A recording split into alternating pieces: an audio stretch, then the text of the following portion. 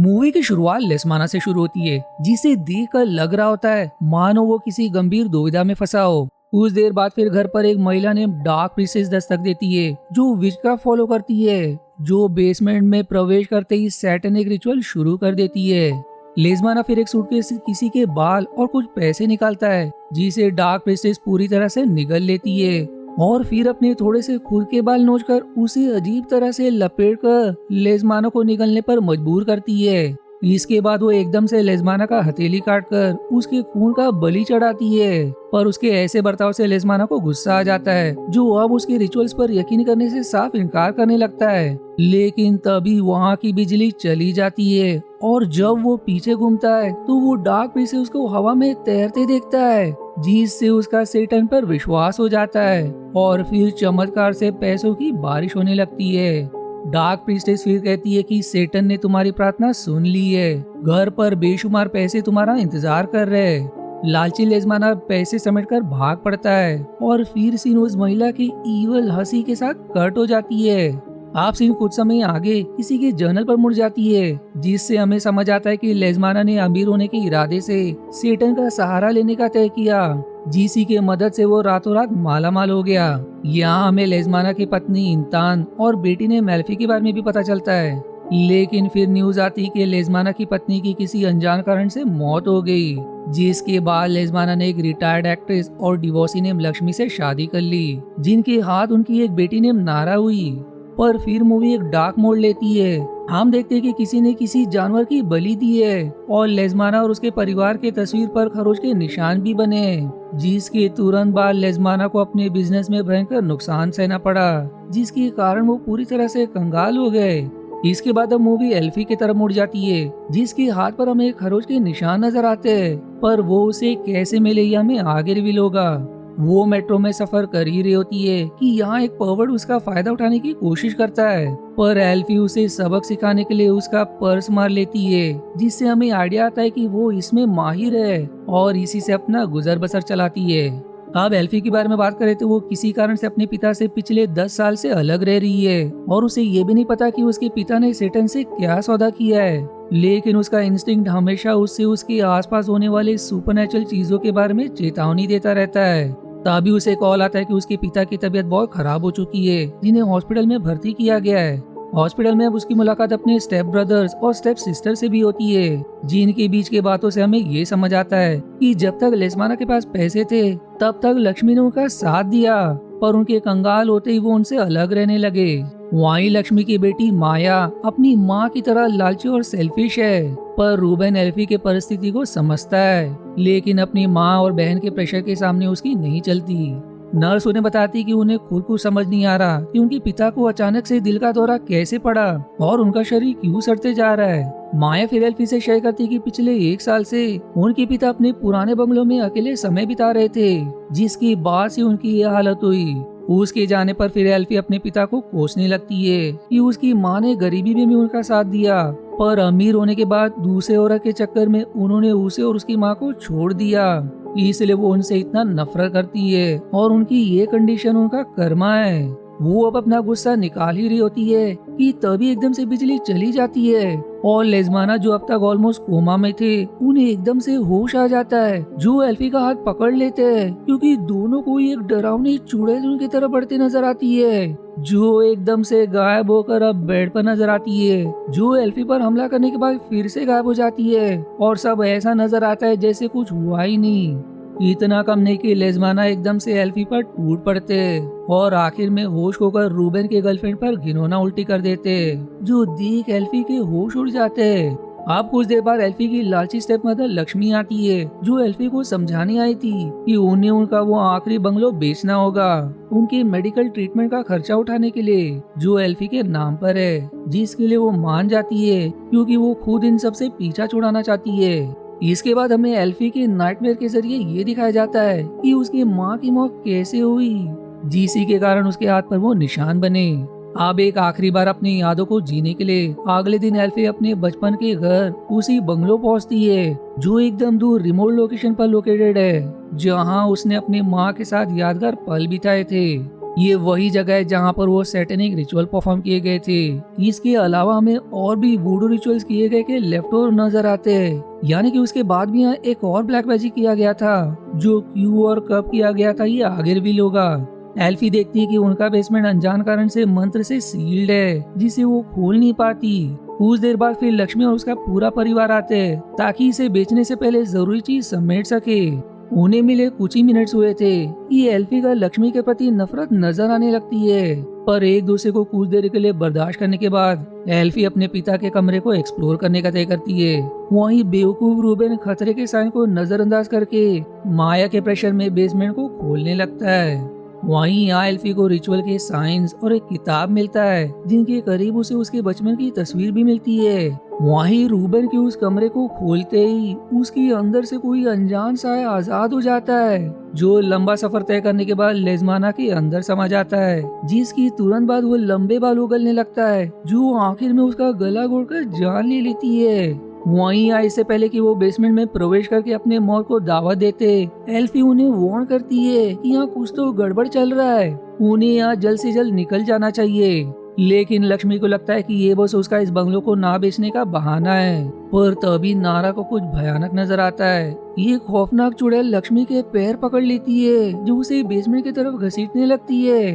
Reuben और एल्फी उन्हें बचाने की बहुत कोशिश करते हैं, पर वो आखिर में घसीट ही ली जाती है। अब इससे पहले कि वो कुछ समझ पाते कि उनके साथ अभी कुछ देर पहले क्या घटा, लक्ष्मी एक नए भूतिया रूप में माया को दबोच लेती है, जो बेदर्दी से माया को नोचने लगती है। पर एल्फी एक जोरदार हथौड़े के वार से उन्हें ढेर कर देती है। लेकिन इस चुड़ैल से छुटकारा पाना इतना आसान थोड़े होता है, इसलिए वो एकदम से जाग जाती है, जो रेंगते हुए दीवार पर चढ़कर ये कहती है कि भाग्य का भुगतान आत्मा से करना होगा, जो लेजमैन के उसी सौदे के बारे में कह रही थी, यानी कि वो किसी की आत्मा लेने आई है। इतना कहने के बाद वो तोड़फोड़ करने लगती है, पर अपने परिवार को बुरी तरह से घबराए देख लक्ष्मी थोड़ी देर के लिए अपने सेंसेस में आ जाती है, जो किसी तरह खुद को कंट्रोल करके घर से भाग जाती है। अब माया की मरहम पट्टी करने के बाद उन्हें एक और बुरी खबर मिलती है कि चुड़ैल से पोजेस उनकी माँ ने गाड़ी खराब कर दी ताकि वो यहाँ से भाग न सके। ऊपर से रूबन का फोन भी सही से काम नहीं कर रहा था, जिससे वो किसी को मदद के लिए बुला सके। उनके पास अब और कोई रास्ता नहीं था, इसलिए एल्फी रूबन से कहती कि तुम्हें यहीं रहकर नारा का ख्याल रखना होगा, और वो खुद माया को लेकर करीब के गांव जाएगी, क्योंकि इन्फेक्शन से उसकी जान जा सकती है। अब जान की बाजी पर खेलकर एल्फी माया को लेकर जंगल पार करने लगती है, पर वो कुछ दूर पहुंचते ही है कि तभी उन्हें सामने चुड़ैल से पोसेस उनकी माँ नजर आती है, जो किसी जानवर को मारकर निगल रही थी। इससे पहले कि वो उन्हें देख ले, दोनों भी तुरंत छिप जाते हैं। अब आगे बढ़ने का सिर्फ यही रास्ता था, इसलिए एल्फी माया को वहीं रुकने का कहकर खुद अकेले उस चुड़ैल का सामना करने जाती है, पर तब तक वो गायब हो चुकी थी। वहीं यहाँ माया एल्फी के बैग में एक जर्नल डिस्कवर करती है, जो वही जर्नल है जो हमने मूवी की शुरुआत में देखा था, जिसमें एल्फी ने अपनी पूरी कहानी मेंशन की थी, और ये भी कि कैसे वो अपने नए परिवार से नफरत करती है। माया अब एल्फी को कन्फ्रंट करती है कि क्या तुम हमसे इतना नफरत करती हो। अब इससे पहले कि एल्फी उसे कुछ समझा पाती, माया डर के मारे अकेले ही भाग जाती है, जिसे काफी देर तक एल्फी ढूंढ नहीं पाती, इसलिए मजबूरन उसे रिटर्न लौटना पड़ता है। यहाँ रूबन को भी उस जर्नल के बारे में पता चल जाता है, जो उससे जवाब की मांग करता है। एल्फी उसे समझाती है कि वो बस मेरा कमजोर पल था, मैं दिल से उनसे नफरत नहीं करती, उन्हें अभी यहाँ से निकलने के बारे में सोचना चाहिए, और सुबह होने पर ही वो माया को ढूंढने निकल सकते हैं, क्योंकि बाहर अभी उस चुड़ैल का खतरा है। इसके बाद एल्फी को जो किताब उस कमरे से मिली थी, उससे उन्हें समझ आता है कि उनके पिता ने किसी भयानक साय को रोकने के लिए ही उस दरवाजे पर मंत्र लगाए थे, जिन्हें उन्होंने आजाद कर दिया, जिसी ने उनकी माँ को पोजेस कर लिया। उसमें चित्रित वो महिला वही है जिससे एल्फी का हॉस्पिटल में सामना हुआ था, जिन्हें शैतान की रखेल कहा जाता है, और शैतान ने उन्हें कुछ सुपरनैचुरल शक्ति दी है जब तक प्रलय का दिन नहीं आ जाए।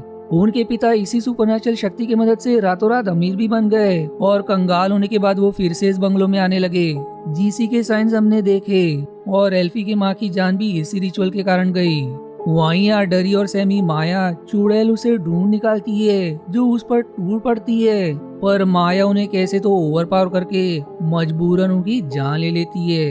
लेकिन इससे वो चुड़ैल मरती नहीं, बल्कि वो लक्ष्मी का शरीर छोड़कर अब नारा के करीब मंडराने लगती है, जो एकदम से उस पर टूट भी पड़ती है। रूबन और एल्फी तुरंत नारा को बचाते हैं, पर इसमें डार्क प्रिंसेस एल्फी के हाथों पर अपना निशान छोड़ जाती है। इसके बाद हम देखते हैं कि डार्क प्रिंसेस ने अब माया को पोजेस कर लिया है, इसलिए वो रूबन की गर्लफ्रेंड, जिसे रूबन किसी तरह कॉल करने में सफल रहा था, उन्हें रेस्क्यू करने के लिए उसके आते ही वो उसकी ब्रूटली जान ले लेती है। उसकी जान लेने के बाद अब वो बिना रूबन और एल्फी को पता चले बेसमेंट की तरफ जाने लगती है, जहां उसे सबसे पहले सेटन और फिर बेसमेंट के दरवाजे पर वही डार्क प्रिंसेस नजर आती है, जो उसे बेसमेंट की तरफ आकर्षित कर रही थी। बेसमेंट में अब उसे उसके परिवार का बना एक माला मिलता है, जिसमें लक्ष्मी की गुड़िया निकली हुई थी, क्योंकि उनकी जान कब की ले ली गई है। डार्क प्रिंसेस का साया फिर माया को उसके माँ के बेस में उकसाती है कि उसे सेटन का भक्त बनना होगा, ताकि वो एल्फी से बदला ले सके, क्योंकि वो इन सब की जड़ है, जिसकी असर में माया आ जाती है। यहाँ एल्फी को एक भयानक सपना आता है, जिससे उसकी रोंगटे खड़े हो जाते हैं, पर जागते ही वो माया को अपने सामने पाती है, जो अब बहुत ही अजीब और बदली बदली बिहेव कर रही थी। एल्फी फिर नोटिस करती है कि सिर्फ उसके और नारा के हाथ पर अजीब से निशान बने हैं। इससे उसे पोजेस लक्ष्मी की बात याद आ जाती है कि भाग्य का भुगतान आत्मा से करना होगा, यानी कि उनकी आत्मा उसके पिता के सौदा का भुगतान है, क्योंकि दोनों भी लेज़माना के बायोलॉजिकल डॉटर्स है। वो रूबन को तुरंत यहाँ से निकलने को कहती है, पर माया उन्हें धमकाती है कि कोई भी यहाँ से भाग नहीं पाएगा, जिसकी तुरंत बाद वो पोजेस बिहेव करने लगती है। पूरा घर अब कांपने और टूटने लगता है। सबसे भयानक बात कि उन्हें डार्क प्रिंसेस का खौफनाक चेहरा नजर आता है। रूबन फिर भी माया को होश में लाने की कोशिश करता है, पर उल्टा माया उसे पाप करने पर उकसाने लगती है और शैतान की एक झलक भी दिखाती है। वो उसे कहती कि अगर वो सेटन के सामने झुक जाए और नारा और एल्फी की उन्हें बलि दे, तो वो उनकी जिंदगी आबाद कर देंगे। पर जब रूबन नहीं मानता, तो वो उसके वुडू डॉल को तोड़ने मरोड़ने लगती है, जिससे रूबन को भी भयंकर दर्द होता है। और फिर आखिर में निर्दय माया उसका गर्दन धड़ से अलग करके उसकी जान ले लेती है। इसके बाद वो एल्फी की डॉल से उसे चोट पहुंचाने लगती है, जिससे एल्फी बेहोश हो जाती है। पर जब उसकी आंख खोलती है, तब उसे डार्क प्रिंसेस और अपने पिता की एक घटना विजन में नजर आती है, जिससे अब फाइनली मूवी का क्लाइमेक्स रिवील होता है। दरअसल लेज़माना ने अपने पत्नी के सोल के बदले अमीर होने का सौदा किया था, और वो बाल उन्हीं के थे। लेकिन सब कुछ बर्बाद होने के बाद वो फिर से एक नया सौदा करने आए, पर इसके बदले डार्क प्रिंसेस ने उनसे एल्फी की बलि मांगी, जो वो देने के लिए तैयार नहीं थे। उल्टा उन्होंने उसे किसी और का बाल देकर बेवकूफ बनाने की कोशिश की, जिससे डार्क प्रिंसेस बौखला गई। इससे पहले कि डार्क प्रिंसेस उन्हें श्राप देकर उसे सबक सिखाती, लेज़माना ने उनके सीने में खंजर उतार दिया। पर डार्क प्रिंसेस ने भी लेज़माना के कुछ बाल नोचकर उसे तुरंत निगल लिए, और मरते मरते वो श्राप दे गई कि इसका भुगतान उसे खुद के और अपने परिवार की जान से करना होगा। अब हमें समझ आता है कि लेज़माना के जर्नल में उसकी पत्नी और बेटी के तस्वीर पर सॉरी क्यों लिखा था, क्योंकि वो पछता रहे थे कि उन्होंने उन्हें कितने बड़े मुसीबत में डाल दिया। वहीं डार्क प्रिंसेस को निर्दय से मारने के बाद उन्होंने उसे वहीं पर गाड़ दिया। होश में आने पर अब माया अपनी निर्दयता जारी रखती है, उसे बेदर्द तड़पाती है, पर एल्फी के हाथ माया की गुड़िया लग जाती है, जिसे वो तुरंत अग्नि के हवाले कर देती है, जिससे माया की भी तड़प तड़प कर मौत हो जाती है। पर एल्फी जानती थी कि डार्क प्रिंसेस का श्राप अभी खत्म नहीं हुआ, इसलिए वो तुरंत डार्क प्रिंसेस की कब्र खोदने लगती है, और लाश मिलते ही उसका पेट फाड़कर अपने पिता का बाल निकालकर उसे जला देती है, जिससे उसके हाथ पर डार्क प्रिंसेस के छोड़े घाव भी अपने आप मिट जाते हैं, जिससे उसे राहत मिलती है कि डार्क प्रिंसेस का आतंक अब खत्म हुआ। पर तभी डार्क प्रिंसेस उसे दबोच कर अपने कब्र में खींच लेती है, जिसके लंबे बाल अब उसका दम घोटने लगती है, लेकिन वो एक खंजर की मदद से खुद को आजाद कर लेती है। एल्फी अब बाहर निकलने की बहुत कोशिश करती है, पर वो काफी कमजोर हो गई थी। लेकिन फिर उसे अपनी माँ नजर आती है, जो उसे निकालने में मदद कर रही थी, पर रियलिटी में वो नारा थी, जो एल्फी को रेस्क्यू करने में सफल रहती है। दोनों भी फिर घायल ही सही, पर जिंदा और श्रापित घर से आजाद हो जाते हैं। लेकिन मूवी के एंड में हमें फिर से वो बेसमेंट का दरवाजा दिखाया जाता है, क्योंकि कहानी अभी खत्म नहीं हुई है, जिसका अगला पार्ट अगर आपको देखना है तो मुझे कमेंट में जरूर बताएं। आशा है आपको मेरी एक्सप्लेनेशन पसंद आई। यदि हाँ तो प्लीज वीडियो को लाइक करना और चैनल को सब्सक्राइब करके सपोर्ट करना ना भूलें। मिलते हैं अगले एक्सप्लेनेशन वीडियो में, तब तक के लिए धन्यवाद दोस्तों।